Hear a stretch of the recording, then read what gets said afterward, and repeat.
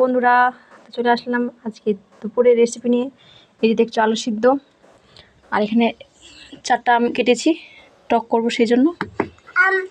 আম আর এই যে এখানে দেখো সকালে আলু ভাজা করেছিলাম একটু, আর এই যে এটা হচ্ছে পাটার শাক, আর বসে রেখেছে দেখো ডাল।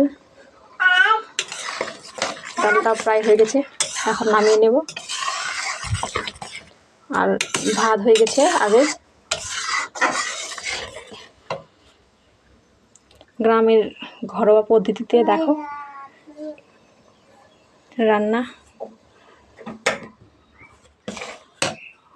এই যে দেখো বন্ধুরা, আলু সেদ্ধটা আমি পেঁয়াজ লঙ্কা দিয়ে এভাবে একটু করে ম্যাশ করে নিচ্ছি আলুটাকে। দেখো আর এই সাইডে চড়িয়েছি আমের টক,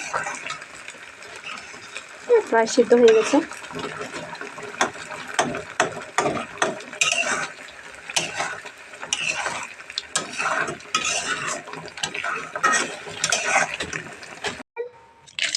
ডাল ভাতের সাথে পাঁপড় একদম জমে যায়। এই যে দেখো বন্ধুরা আলুর পাঁপড়, দাঁড়ান না শোনা। তো বন্ধুরা দেখো ফাইনালি আমার রান্না কমপ্লিট। আজকের মেনু এই যে দেখো ডাল, আলু সেদ্ধ, পাটার শাক, চাটনি, আমের চাটনি, পাঁপড় ভাজা, ভাত।